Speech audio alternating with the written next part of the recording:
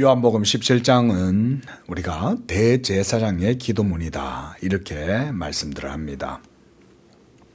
예수님은 하나님 앞에서 믿는 여러분들 모두의 대제사장이 되십니다.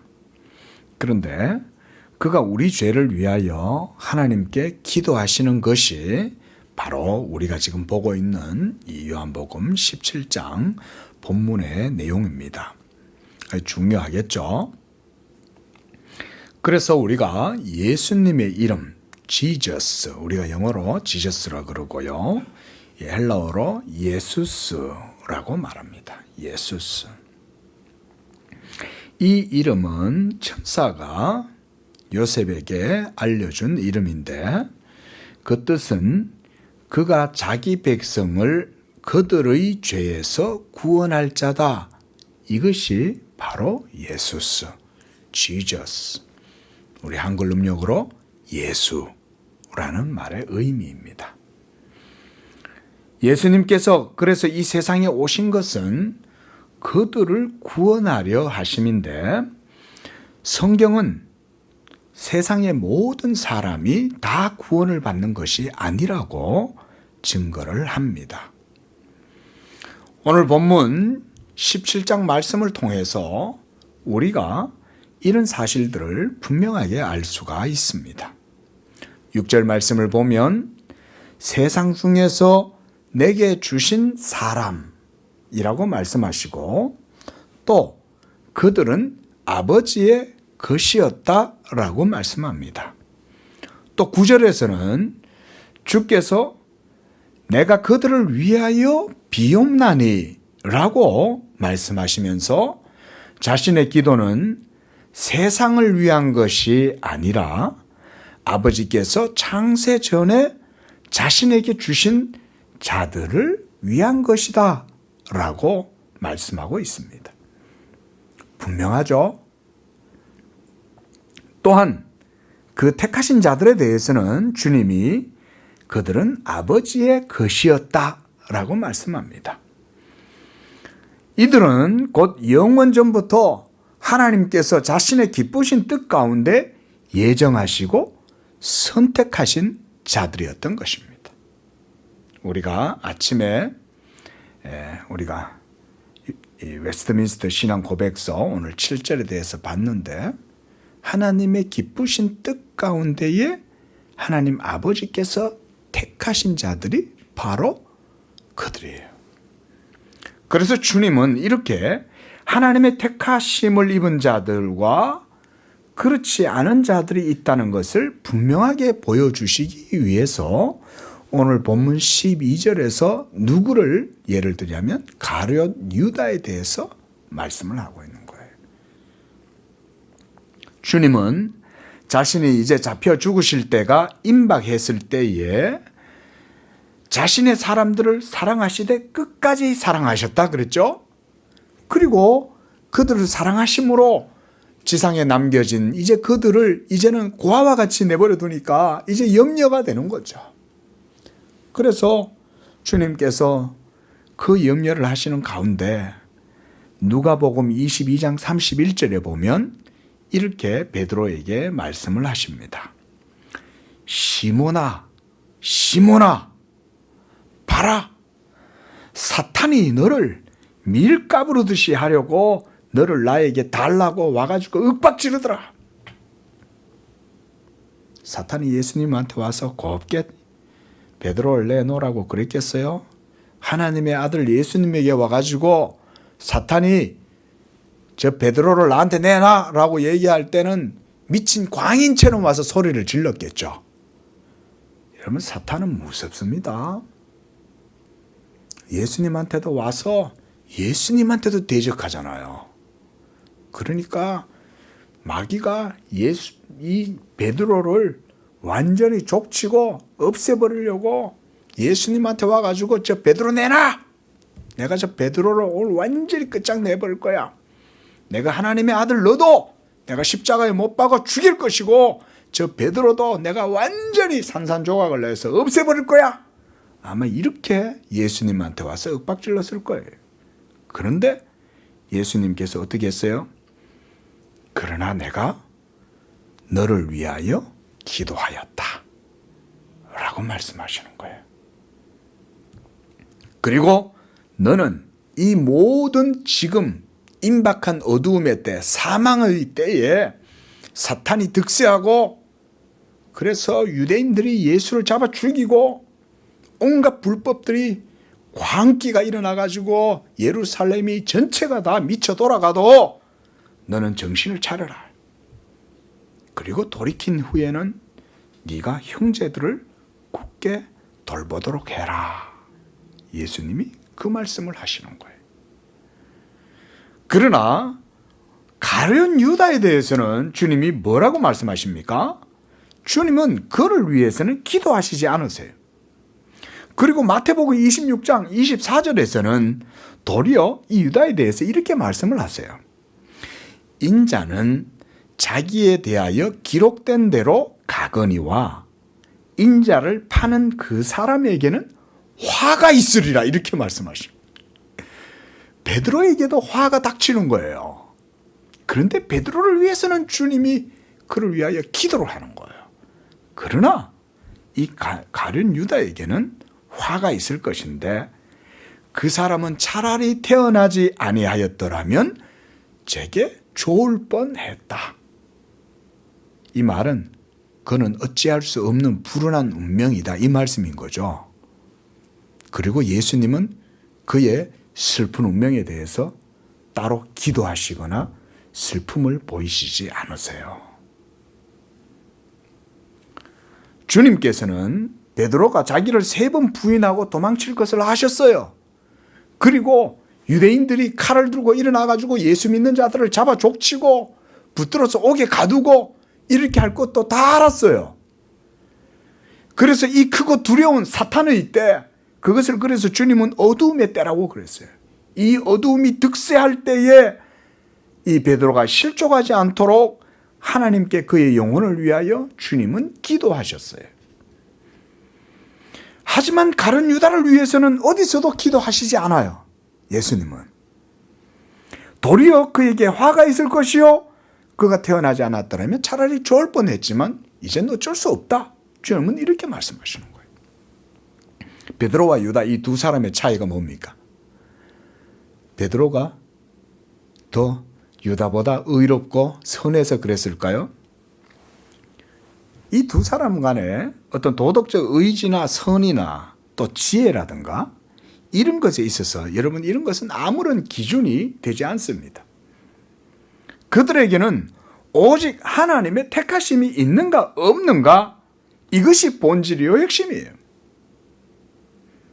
하나님의 택하심이 베드로에게는 있지만 가룟 유다에게는 없었던 거예요. 이것이 성경이 증거하는 바입니다. 그래서 로마서 9장 10절에서 13절 말씀에 보면 사도 바울은 이 하나님의 택하심에 대해서 이렇게 말씀합니다. 리브가가 우리 조상 이삭 한 사람으로 말미암아 임신을 하였는데 그 자식들이 아직 나지도 아니하고 무슨 선이나 악을 행하지도 아니한 때에 택하심을 따라 되는 하나님의 뜻이 행위로 말미암지 않고 오직 부르시는 이로 말미암아 서게 하시려고 리브가에게 이르시되 큰 자가 어린 자를 섬기리라 하셨나니 기록된 바 내가 야곱은 사랑하고 에서는 미워하였다 하심과 같다. 오늘 본문 12절을 보십시오. 이렇게 일이 이루어지게 된 것은 예수님이 뭐라고 말씀하셔요? 성경에 기록된 대로 이루어진 하나님의 뜻이므로 이렇게 되었다. 성경을 응하게 하려 함이다.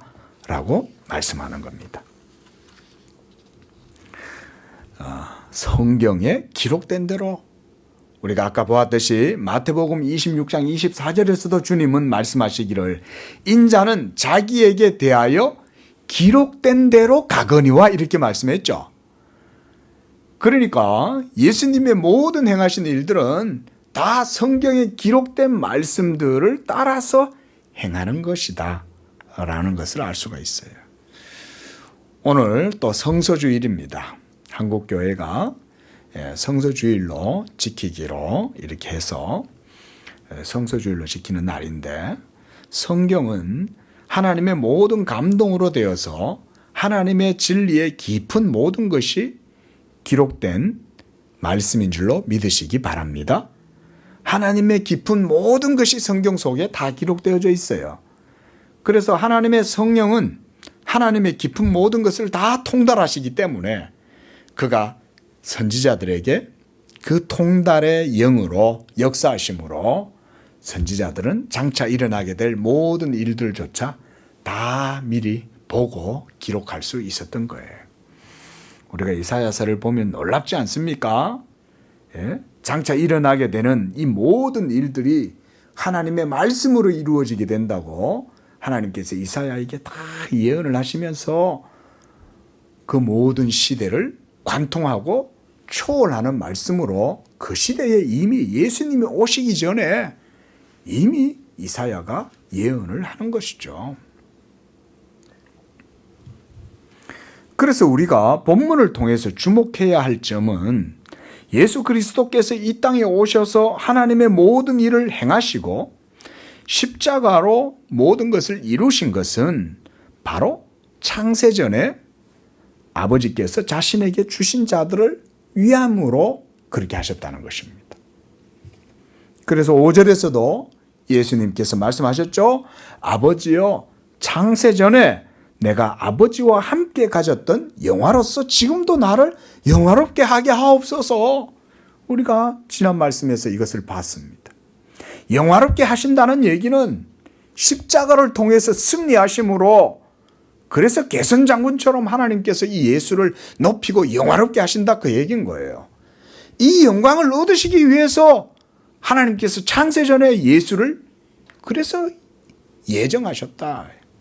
그래서 베드로는 하나님께서 예정하신 이 예수를 보내셨다 그랬어요. 영원전에 이 예수가 하나님의 예정을 입어서 이 세상에 오셨다는 거예요. 그래서 여러분, 예수님이 이 땅에 오셔서 행하시고 그래서 이루신 모든 구속의 은총과 그 구원의 효력들은 분명히 우주적인 거예요. 왜 예수님의 사역이 우주적인 것입니까? 뭐 때문일까요? 그것은 바로 예수님은 하나님의 아들이시기 때문에 그런 거예요. 그저 평범한 범인이 아닌 거예요. 범부가 아닌 거예요. 예? 평범한 한 사람이 아니에요, 예수님은. 그러나 그분은 우리와 동일한 사람이시므로 그의 육체를 보면 그저 평범한 한 사람에 불과해요. 목수 예수. 그런데 그는 바로 영원하신 말씀이 육신이 되신, 그래서 신성과 인성이 한 인격 안에 연합되어져 있는 분이죠. 그러므로 이 예수의 죽으심은 온 우주적인 사건과 같은 거예요. 우주 만물을 창조하신 예수가 죽으셨으니까. 그러니까 그의 영혼이 육신에서 떠나게 될 때 온 천지가 진동을 하고, 특별히 하나님의 모든 의가 이루어졌기 때문에 지성소의 그 두꺼운 휘장, 포크레인으로도 못 찢어요, 여러분. 그 휘장은 두꺼워서 포크레인도 못 찢습니다. 예? 그것이 위로부터, 하나님께로부터 아래로 쫙 갈라진 거죠. 예수님의 죽음이 우주적 의미를 가진다는 것을 보여주는 거죠. 그래서 이제는 이 예수 그리스도로 말미암는 구원이 온 세계 만방 가운데 열리게 되었고, 베드로 사도는요, 이것을 더 크게 확대 해석을 해서 예수의 죽은 영이 지옥에까지 알려져 가지고 지옥에서 하나님의 심판을 기다리고 있는 노아 홍수 때 심판받은 자들에게까지 예수의 영이 이 복음을 전했다라고 얘기하고 있어요. 그 임팩트가 지옥에 있는 자들에게까지도 영향을 미치는 거예요. 이게 복음인 줄로 믿으시기 바랍니다. 이게 복음의 권세인 거예요. 한마디로 장난이 아닌 거예요. 장난이 아닌 거예요. 예수님의 죽으심의 무게는 온 우주가 다 뒤흔들어지는 거예요. 그래서 성경은 이것에 대해서 명확하게 얘기해요. 지금은 은혜의 날이요 구원받을 날이라고 단언을 하고 있어요. 성경은. 그렇기 때문에 명백하게 선언을 하고 있는 거죠. 그러니까 어떻게 해야 되겠어요? 지금은 누구든지 이 복음을 듣고 예수를 믿으면 누구라도 구원받는 문이 열려 있는 거예요. 지금은. 할렐루야. 예? 내가 은혜 베풀 때에 너에게 듣고 구원의 날에 너를 도왔다 하셨으니 보라 지금은 은혜 받을 만한 때요. 보라 지금은 구원의 날이로다. 그 2000년 전에 초대교회가 시작하고부터 지금 오늘 이 시간까지 이 구원의 문은 활짝 열려 있습니다. 활짝 열려 있습니다. 그래서 누구든지 이 복음을 듣고 주의 이름을 부르는 자는 얼마든지 하나님이 구원하실 수가 있게 된 거예요. 예? 더 이상 율법을 의지하여 하나님 앞에 나아가는 것도 아니요. 십자가에서 모든 의를 이루신 하나님의 아들의 십자가의 의를 믿고 의지하고 나아가는 자들에게는 이와 같은 죄사함의 은혜가 충만하게 풍성하게 주어진다. 예? 그래서 사도행전 2장 21절 로마서 10장 31절에서도 누구든지 주의 이름을 부르는 자는 구원을 받을 것이다. 분명하게 선언을 하고 있는 거예요. 그러나 우리가 하나님의 복음이 무엇인가 예수 믿는 자들은 더 깊이 생각해야 되는 것입니다.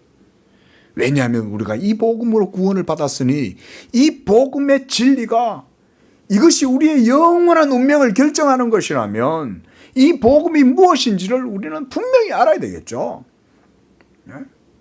이걸 몰라가지고 복음주의가 기승을 부리는 거예요. 이걸 몰라가지고.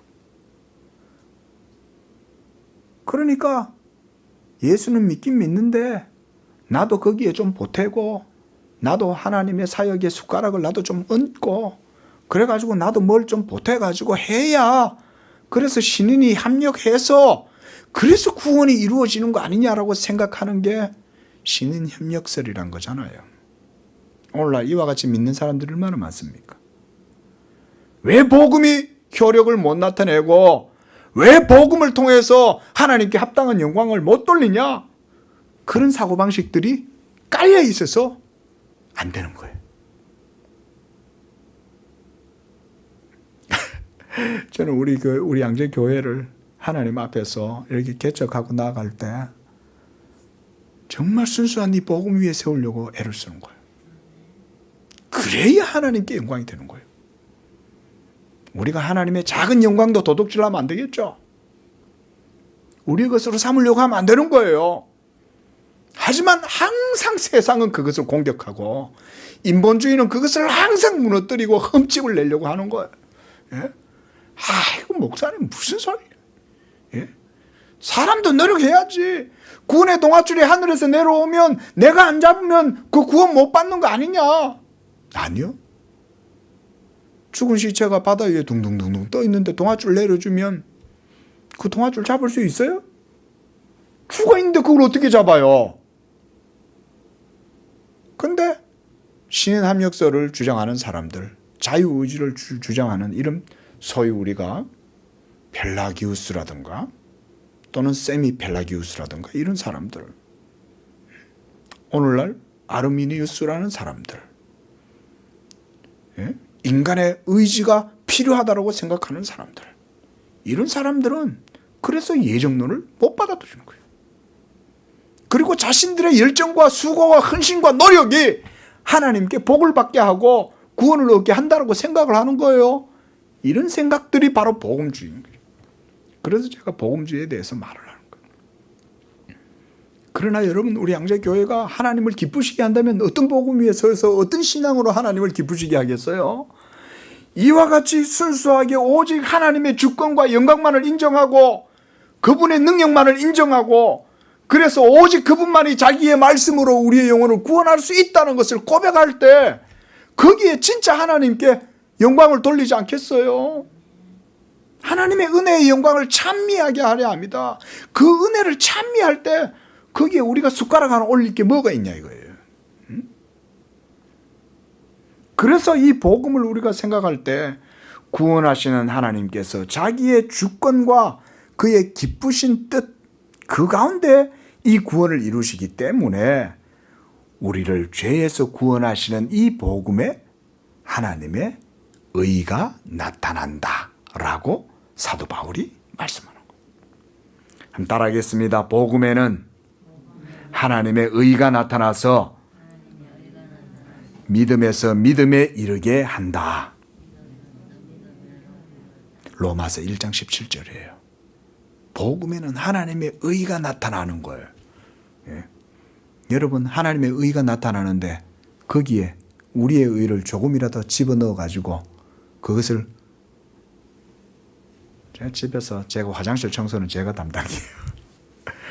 예. 청소를 합니다. 그러면 제가 이제 청소를 해야 되니까 깨끗하게 이제 세면기도 닦고, 그럼 이게 이제 크롬으로 도금이 돼 있잖아요. 그게 얼마나 이쁩니까 요즘, 그죠? 세면기가. 싹 닦아가지고는 거품을 탁 칠해가지고 씻고 난 다음에 그 크롬으로 도금이 돼 있으니까 물을 쫙 뿌리면 산뜻하고 반짝반짝 끓여서 제 얼굴도 비춰도 깨끗해요. 그걸 손을 대고 싶지가 않아, 이게. 너무 깨끗하니까. 근데 딱 이렇게 이제 수전을 이렇게 딱 켜면 거기에 뭐가 찍혀요? 내 지문이 찍히잖아요. 저는 그게 그렇게 싫어요. 그래가지고는 청소를 한번 해놓으면 그 깨끗한 데다가 손 대고 싶지가 않아요. 그럼 뭐 어쩔 수 없죠. 또 손을 대고 또 써야 되고 또 지저분해지는 거죠. 근데 여러분, 하나님의 영광을 한번 생각해 보십시오. 하나님의 영광은 뭐 제가 비유가 적절하진 않는 것 같지만 상상할 수 없을 정도로 거룩하고 의로운 거 아닙니까? 하나님이 자기의 영광이 그와 같이 어떤 것에 의해서 흠집이 생기거나 그렇게 되기를 바라실까요? 하나님은 절대로 그러실 수가 없어요. 왜냐? 하나님은 자기의 영광을 가장 사랑하시기 때문에. 그래서 성경은 이 하나님을 뭐라고 말하냐? 여호와는 질투하시는 하나님이다 그러는 거예요. 자기의 영광이 조금이라도 다른 것에 의해서 빼앗기기를 원하지 않기 때문에 하나님은 질투하신다 그러시는 거예요. 우리가 섬기고 예배하는 하나님은 그런 하나님이신 줄로 믿으시기 바랍니다. 그분이 바로 여호와 하나님이신 거예요. 그렇기 때문에 예수 그리스도를 통해서 하나님께서 자기의 완전한 모든 의를 십자가로 이루시는 거예요. 그래서 하나님의 무한한 자비와 사랑도 십자가에서 다 드러나게 해서 하나님의 공의와 사랑이 십자가에서 입을 맞추고 만족하게 하신 거예요. 할렐루야. 이것이 바로 예수의 십자가예요. 그러므로 이 복음에 하나님의 의가 나타난다고 사도 바울은 선언을 하는 거예요. 이 복음의 역사에서 인간의 행위, 의, 공로, 지혜, 선 이런 모든 것들은 누구도 자랑하지 못하게 하려고 고린도전서 1장 29절, 에베소서 2장 9절에 누구든지 자랑치 못하게 하려 함이라고 말해요. 성경은. 왜냐? 우리는 계속 자랑하거든. 인간의 의지는 여러분 속에서 있는 이 육의 본성은 계속 여러분 자신에 대한 사랑을 계속 내놓거든. 이게 몸이에요. 이게 몸이에요. 이걸 여러분들이 인식을 하셔야 돼. 신앙생활 하시면서. 그래서 아유, 오늘도 내 몸에 있는 죄가 또 득세하고 있네. 이걸 알아야 돼. 또 성령을 쫓음보다 내 속에 있는 죄의 소욕이 나를 이끌고 있네. 그걸 알면 그때부터 몸의 활동이, 몸의 바이오리듬이 이제 인식이 되기 시작해요. 모르면 몸이 시키는 대로 그냥 하는 거예요. 미워하고 게으름 피우고 온갖 악을 행하고 죄 가운데에서 게을러지고 나태해지고. 그러나 이걸 알면 어떻게 되겠어요? 자각을 하기 시작하는 거죠. 아, 이 또 몸이 또 나를 또 힘들게 하네. 나를 공고하게 하네. 그러면 그때 어떻게 해야 돼요? 그때는 이제 내가 사는 게 아니라 내 속에 예수께서 사시지, 이 고백을 하면 되겠죠? 그걸 믿으면 다시 죄의 소욕을 이기고 나아가는 거예요. 이게 죽는 날까지 계속 반복돼요. 계속. 이걸 그래서 우리가 개혁주의에서는 남은 죄의 교리다라고 말해요. 이거 중요합니다. 그래서 우리는 남은 죄의 교리를 가르칩니다. 이게 평생 여러분 속에서 역사예요. 죽을 때까지. 왜? 우리가 이 죄의 몸을 가지고 있기 때문에. 그래서 오직 하나님께서 자신의 주권적인 선택에 의해서만 이 구원이 이루어지게 하심으로써 하나님께 영광과 의를 돌리도록 하시는 게 바로 이 땅에서 우리가 복음의 신앙을 가지고 살아가는 거예요.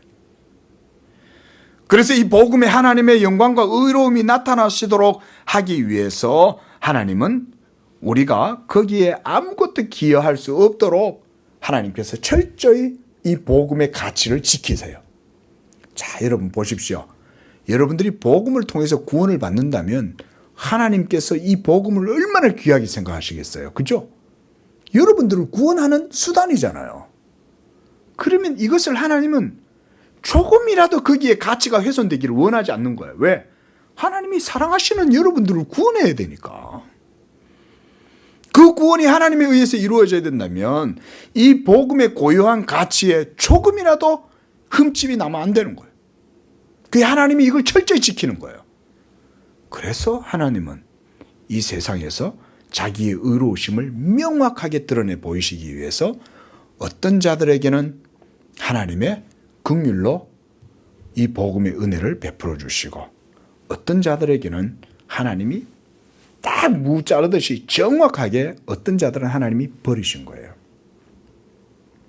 자기의 의로우심을 분명하게 세우기 위해서. 그리고 그 의로우심을 나타냄으로써 하나님의 택하심을 입은 자들에게는 이 구원의 보증이 확실하다는 것을 더욱 분명하게 보여주는 거예요. 그래서 구원은 흐리멍텅한 게 아닌 거예요. 중간지대가 없어요. 구원받았는지 안 받았는지 모르겠네 이런 거 없습니다. 그리고 이 믿음의 확실함은 예수 그리스도를 믿고 고백하는 자들에게는 분명해요. 이것은 그 사람의 믿음이 얼마나 좋으냐에 달려있지 않아요. 이 사람의 믿음의 연조가 오래되었다 여기도 상관없어요.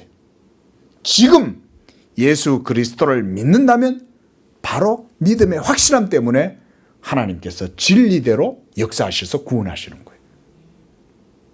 이게 이중 예정의 교리의 핵심이에요. 그래서 어떤 자는 하나님이 선택하시고 어떤 자는 하나님이 내버려 두심으로써 이 두 가지가 하나님의 섭리와 주권 가운데 이루어진다는 것이 이중 예정의 교리예요. 보통은 하나님의 선택만 하나님의 기쁘신 뜻이라고 사람들이 많이 생각을 합니다. 그런데 우리 장로교회는 그렇게 안 믿습니다. 하나님이 버리신 자들도 하나님의 의지 가운데 버려두시는 거예요. 그냥 그래 내버려둔다는 말은 그런 의미인 거예요. 하지만 사람들은 육적 욕망에 사로잡혀서 살아가고 그런 것들로만 가치 있게 여기기 때문에 그래서 예수를 믿는다고 해도 하나님의 영광이나 그분의 신적 존영에 대해서는 크게 개념치를 않아요.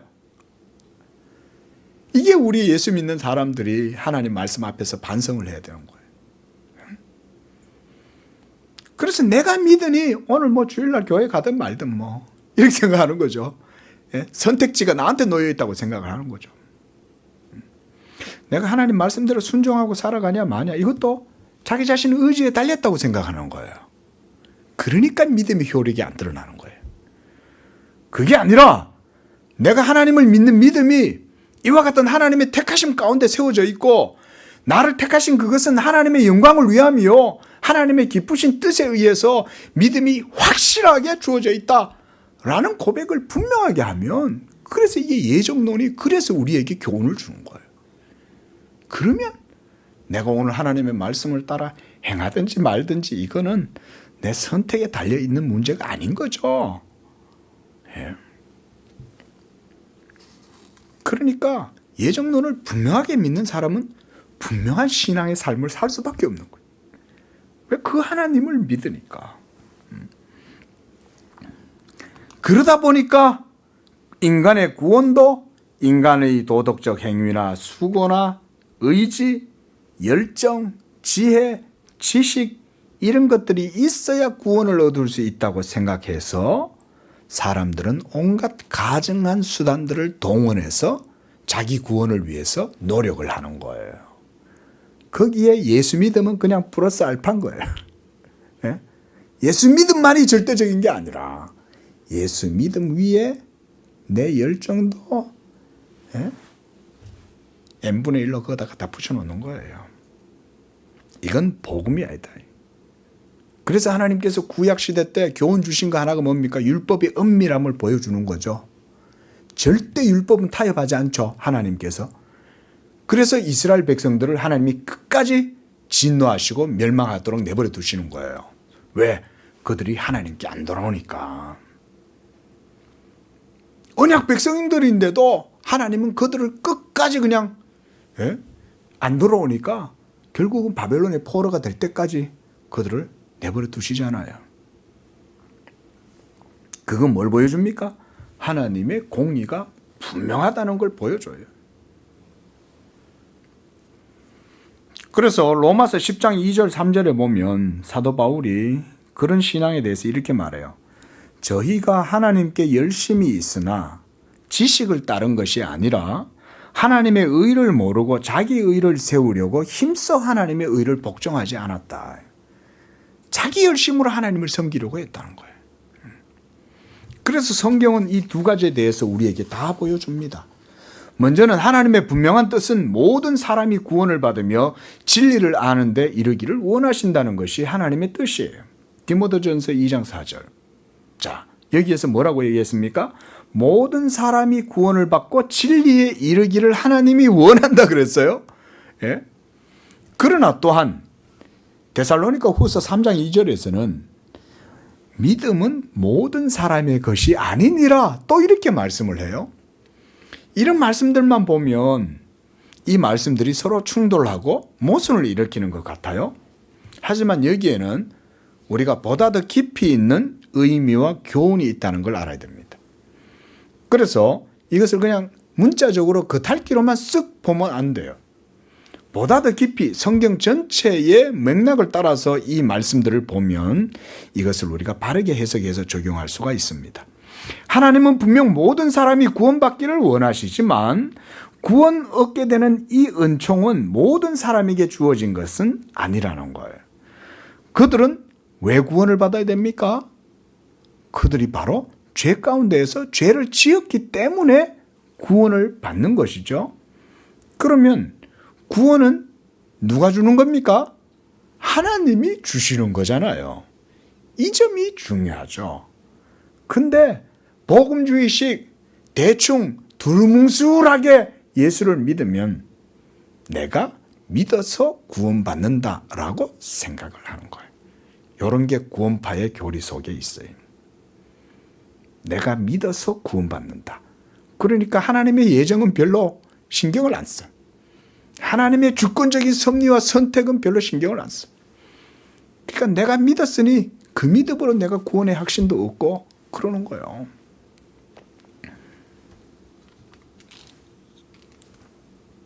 그런데 구원이라고 하는 것은 말씀드렸듯이 우리 인간의 지혜와 능력의 차원을 넘어서서 초월하는 겁니다. 그게 복음입니다. 믿으시기 바랍니다. 여러분, 우리가 매일 친근하게 듣는 그 복음은 사실은 하늘의 말씀인 거예요. 우리의 모든 삶의 영역과 우리의 모든 차원을 초월하는 게 예수 그리스도의 복음이에요. 예? 복음에는 그래서 하나님의 의가 나타나기 때문에 구원을 통해서 하나님도 자기의 의로우심을 나타내시고 또 예수 믿는 자도 의롭다 하게 하심으로써 이 모든 의가 이루어지게 하시는 거예요. 로마서 3장 26절 한번 찾아보십시오. 우리 함께 읽어보겠습니다. 하나님은 자기의 의를 결코 다른 것에게 빼앗기지 않습니다. 자기의 영광을 다른 자에게 결코 주지 않습니다. 이사야서를 통해서 하나님은 분명히 이것에 대해서 말씀하셨어요. 로마서 3장 26절 시작. 곧 이때에 자기의 의로우심을 나타내사 자기도 의로우시며 또한 예수 믿는 자를 의롭다 하려 하심이라. 하나님도 의로우시고 동시에 예수 믿는 자들도 하나님이 의롭다고 해주시는 거예요. 이게 완전한 복음인 거예요. 하나님의 율법의 공의도 완전히 복음을 통해서 만족됨과 동시에 하나님의 사랑도 복음 안에서 완전히 만족되어서 예수를 믿는 자들로 하여금 하나님이 의롭다고 해주시는 것. 동시에 보십시오. 이 복음의 의가 명확하게 세워짐으로써 또 한 가지 효과가 드러납니다. 그게 뭐냐면 믿지 아니하는 불순종하는 자들에 대한 하나님의 공의의 심판도 분명하게 그 대척점이 세워진다는 거예요. 그래서 진리는 분명한 거예요. 그래야 여러분들도 구원의 삶이 흔들리지 않잖아요. 그러니까 이 남상수 목사나 우리 양재교회는 이 복음을 명확하게 드러내야 돼요. 명확하게. 두리뭉술하게 하면 좋아. 사람들도 많이 모여. 목사님 맨날 가보면 막 너무 좋아. 남상수 목사 너무 딱딱해. 맨날 너무 고민해. 문제적 남자야. 남상수 목사는 맨날. 아닙니다. 하나님을 제대로 믿으려면 하나님을 제대로 알아야 되고 그 제대로 아는 것 속에서 우리가 믿음을 알아가야 여러분들의 구원도 모락모락 살이 찌고 피어나지. 사람이 좋고 즐겁고 물론 그런 걸 추구하죠. 우리가 뭐 그런 거 없습니까? 예? 우리도 코로나만 아니면 전어도 먹으러 가고 동해도 놀러 가고 저는 막 놀러 가고 싶어요. 예? 우리 성도님들하고 다 그러고 싶어요 정말. 예? 하지만 진리가 먼저 서 있어야죠. 그래서 여러분 우리가 이 개신교회는요. 우리가 예정론에 대해서도 분명하게 말씀을 드리는 거예요. 오늘 예수님도 본문에서 분명히 그것을 얘기하는 거예요. 창세전에 아버지께서 내게 주신 자들을 내가 하나도 잃어버리지 아니하고 내가 아버지여 그들을 위하여 내가 비옵나니. 예수님의 모든 포커스는 하나님의 택하신 자들에게 다 맞춰져 있어요. 이거는 예수님 자신이 분명히 말씀하신 거예요. 가룟 유다는 그렇지 않다. 그뿐만 아니죠. 우리가 사도 서신들을 보면 그들은 우리에게 속하지 아니한 영고로 그들은 떠났느니라. 속하지 않은 자들이 있는 거예요. 그들의 믿음을 스스로 드러내었느니라. 그들의 믿음 없음을 나타내었느니라. 그렇게 말하는 거예요. 이것이 명백한 하나님의 선언입니다. 그래서 이미 아담 안에서 죄로 말미암아 죽은 영혼들 가운데 하나님의 택하신 자들이 있어 그들을 하나님께서 유효하게 부르시고 이게 effective calling이에요. 효과적인 부르심이 있는 거예요. 그래서 하나님께로부터 버림받은 자들에 대해서는 하나님은 그들을 진노의 그릇으로 예정하셨다. 이렇게 하심으로써 모든 것이 하나님의 뜻 가운데 이루어지게 되어 하나님의 주권과 영광을 돌리게 하는 게 바로 복음의 영광이에요. 그래서 우리가 이 그리스도의 은총과 자비하심 가운데에서 이 복음의 영광을 보면 하나님을 막 찬양을 하는 거예요. 정말로 내가 값없이, 내가 아무 공로 없이, 내가 하나님 앞에 아무것도 내세울 것이 없는데 무한한 자비와 사랑으로 나를 택하여 주셔서 그 아들을 보내시고 그 아들을 믿게 하시고 그래서 의롭다 하시고 영화롭게 하시고 이 은혜를 내게 주셨구나. 그 은혜의 영광을 찬미하게 하셔요. 할렐루야. 찬미하시기 바랍니다. 날마다 이거 찬양하세요. 눈 뜨면 찬양하고 주여 오늘도 내 죄의 몸이 내 속에도 역사하는데 그래도 나는 그리스도 안에서 이 하나님의 무한한 은총과 자비하심을 나에게 베풀어 주셔서 예수 믿게 하고 하나님 자녀 삼아 주시니 감사합니다. 평생 그래서 이렇게 살아나는 거예요. 그래서 찬양하라 찬양하라 감사해라. 내가 다시 말하노니 기뻐해라 기뻐해라. 비록 죄의 몸 가운데서 살아가고 내 삶의 모든 십자가들이 나를 억누르고 힘들게 할지만 찬양해라. 나 가진 재물 없으나 나 남이 가진 지식 없으나 나 남에게 있는 건강 있지 않으나 나 남이 가진 것 있으니. 송명희 시인의 그 찬양이 얼마나 저는 참 부를 때마다 감사한 거예요. 저도 그분이 전신불구잖아요. 자기 힘으로는 밥숟가락 하나도 떠들 수 없는 그런 사람인데 그가 하나님 나를 왜 이렇게 지으셨어요? 원망할 때 예수 그리스도를 알게 되고 거기에서 하나님의 구속의 은총이 너무나 크구나. 여러분, 누구의 찬양이 더 하나님을 기쁘시게 하겠어요? 자기에게 아무런 자랑할 것도 공로도 없고 내세울 것도 없는 바로 그런 사람이 하나님을 더 깊이 찬양하지 않겠냐 이거예요. 우리가 다시 한 장 더 찾아보겠습니다. 로마서 11장 31절 말씀 찾아보겠습니다. 우리가 로마서 11장 33절에서 36절까지 우리가 함께 읽어보겠습니다. 시작.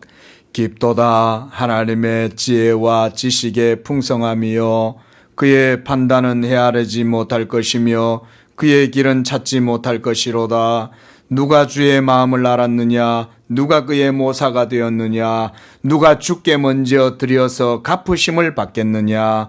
이는 만물이 주에게서 나오고 주로 말미암아 주에게로 돌아감이라. 그에게 영광이 세세에 있을지어다. 아멘. 이 말씀에서 사도 바울은 창세전에 그리스도 안에서 하나님의 선택에 대해서 노래를 하면서 하나님의 영광을 찬미하고 있는 거예요. 하나님의 지혜와 지식의 풍성함, 그것은 도리어 우리가 깊어서 판단할 수 없고 헤아리지 못할 것이며 그의 길은 찾지 못할 것이다. 그러나 누가 주의 마음을 알았느냐? 주의 마음을 알았다는 것은 하나님의 영의 깊은 것을 누가 아냐 이거예요. 예? 우리는 다른 사람 마음 모르잖아요. 그 마음속에 무슨 생각이 있는지. 근데 어떻게 우리가 하나님의 마음을 누가 알겠어요? 하나님 마음속에 있는 생각을. 그래서 아무도 하나님께 누가 먼저 드려서 갚겠느냐 이거예요. 모든 것들이 다 하나님 거 아니냐. 모든 게 하나님께서 나오고 하나님께로부터 나오고 하나님께로 돌아가고 그러므로 오직 하나님께만 영광이 되는 거 아니에요. 복음도 그와 같다. 우리에게 주신 이 복음이 그와 같이 하나님의 영광을 드러내는 것이다. 이렇게 예수님이 하신 모든 구속 사역은 오늘 우리가 본문에서 보았듯이 철저히 하나님 아버지의 뜻을 따라서 행하고 이루시는 거예요. 우리가 이런 사실을 그래서 주목해서 봐야 돼. 택자들의 구원도 그와 마찬가지로 하나님 아버지의 선택을 자신의 순종과 구속을 통해서 예수님이 이루시는 거예요. 이렇게 구원을 이해해야 복음의 구원을 통해서 우리가 하나님께 합당한 영광을 돌릴 수가 있는 거예요. 그래서 성경은 뭐라고 얘기냐? 우리 주 예수 그리스도로 말미암아 하나님 아버지께 영광을 돌리게 하려 합니다. 예수님을 믿으면 하나님을 믿는 것이요, 예수님의 구원을 통해서 하나님께 영광을 돌리도록 하는 게 이게 성경의 진정한 신앙인 거예요. 그래야 예수 그리스도의 영광도 우리가 바르게 인식하고 그분을 찬미할 수가 있습니다. 그래서 예수님은 이처럼 하나님과 택하신 자들 사이에 자신이 중보자시요 그들을 위한 구속자이심을 나타내시기 위하여 분명하게 오늘 말씀을 하고 계시는 거예요. 내가 이와 같이 진리 가운데에서 모든 의를 행하고 이루어 그것으로 아버지의 이름을 그들에게 나타내었나이다 라고 6절에서 말씀하시죠. 그 다음 또 보십시오. 그들은 아버지의 것이었지만 만세전에 내게 주시기로 약속된 자들이었으며 그들은 아버지의 말씀을 지키었나이다. 이렇게 본문의 의미를 읽어야 제대로 이해하게 되는 거예요. 또한 7절도 보십시오. 그들은 아버지께서 내게 주신 것이요 이 영원한 언약, 그래서 만물을 아들의 손에 주셨으므로 만민을 다스리는 권세를 하나님께서 아들에게 주셨으므로 이 모든 것이 아버지께로부터 아들에게 주어진 것인 줄을 그래서 아는 것입니다. 그리고 아들께서는 이것을 아버지께 받아서 하나님의 택하심을 입은 자들에게 이 말씀을 주셨다라고 8절에 말씀하고 있어요. 아버지께서 내게 주신 말씀들을 그들에게 주었사오며, 이것 때문에 우리가 예수님을 믿게 된 거예요. 하나님 아버지께서 여러분들에게 만세전에 예비하신 그 구원의 말씀을 성령을 통하여 여러분에게 주셨기 때문에 여러분이 예수님을 믿게 된 거예요. 내가 믿어서 믿는 게 아니에요. 먼저 아버지의 말씀이 있고, 그래서 이 아버지의 말씀을 따라서 예수가 모든 일을 이루고, 그래서 그 아버지의 말씀대로 다 행했기 때문에 그 말씀이 또한 여러분 속에서 효력을 일으키는 거예요. 그래서 우리의 구원이 삼위일체론적으로 이루어지는 거예요. 아버지의 선택이 있고 아버지의 말씀이 있어서 예수가 그 아버지의 말씀대로 행하시고, 그래서 그 아버지의 말씀이 우리에게 주어져 있기 때문에 예수께서 그 말씀대로 우리 속에 모든 일을 이루어서 효력을 일으킬 수가 있고, 성령도 아버지의 말씀대로 우리 속에 모든 효력을 이루시는 거예요.